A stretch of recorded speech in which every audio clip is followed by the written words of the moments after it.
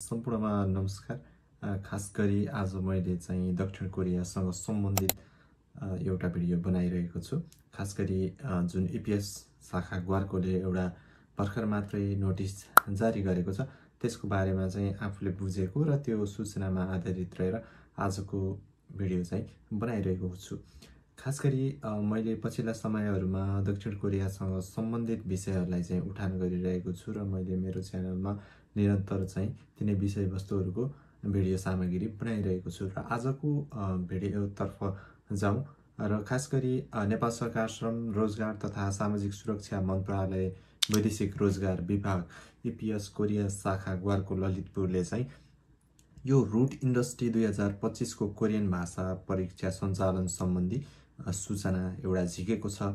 याचार्डी सर्भाइस of कोरियाबाट चाहिँ 2082 6 महिना 7 गते अर्थात् सेप्टेम्बर 23 मा चाहिँ प्राप्त जानकारी अनुसार अहिलेसम्म संलग्न नामावली र रोल नम्बर कायम भएका परीक्षार्थीहरूको हकमा कोरियन भाषा परीक्षा मिति चाहिँ 2082 6 महिना 8 गते त्यस्तै गरी सेप्टेम्बर 24 2025 मा सञ्चालन हुने हुँदा चाहिँ उल्लेखित कागजातहरू साथमा लिए तोकिएको मिति र समयमा परीक्षा भन्दा 1 घण्टा अगावै यो तपाईँ हामी सबैलाई थाहा भएकै कुरा हो। कोरियन भाषाको एक्जाम दिनु अगावै हामी कम्तीमा नि 1 घण्टा पहिले परीक्षा केन्द्रमा उपस्थित हुनुपर्छ।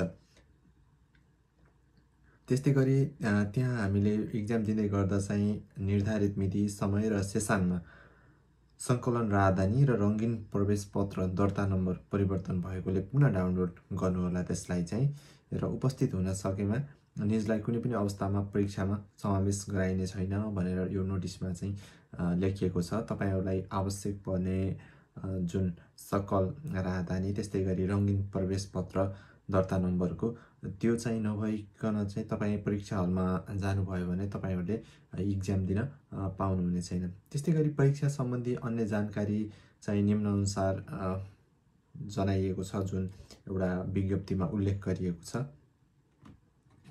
परीक्षा अब सञ्चालन हुने त तपाईहरूलाई थाहै भइसक्यो, 6 महिना 8 गते अर्थात् 24 सेप्टेम्बर। त्यस्तै गरी अब परीक्षा समय चाहिँ बिहान 11 बजे रहेको छ। अब तपाईहरूलाई थाहा भएको स्थान चाहिँ परीक्षा स्थान चाहिँ राष्ट्रिय व्यावसायिक प्रशिक्षण प्रतिष्ठान भैँसीपाटी CBT र UBT हल ललितपुर, जुन चाहिँ अहिले नयाँ बनेको हो।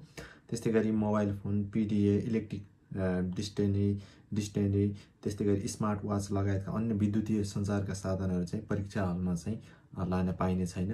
परीक्षामा चिट चोर्ने अथवा कसैको कपी गर्ने भेटिएमा चाहिँ पुनः परीक्षा रद्द हुन्छ र तपाईँले करिबन पनि 4 वर्षको लागि परीक्षामा समावेश हुन पाउनुहुने छैन।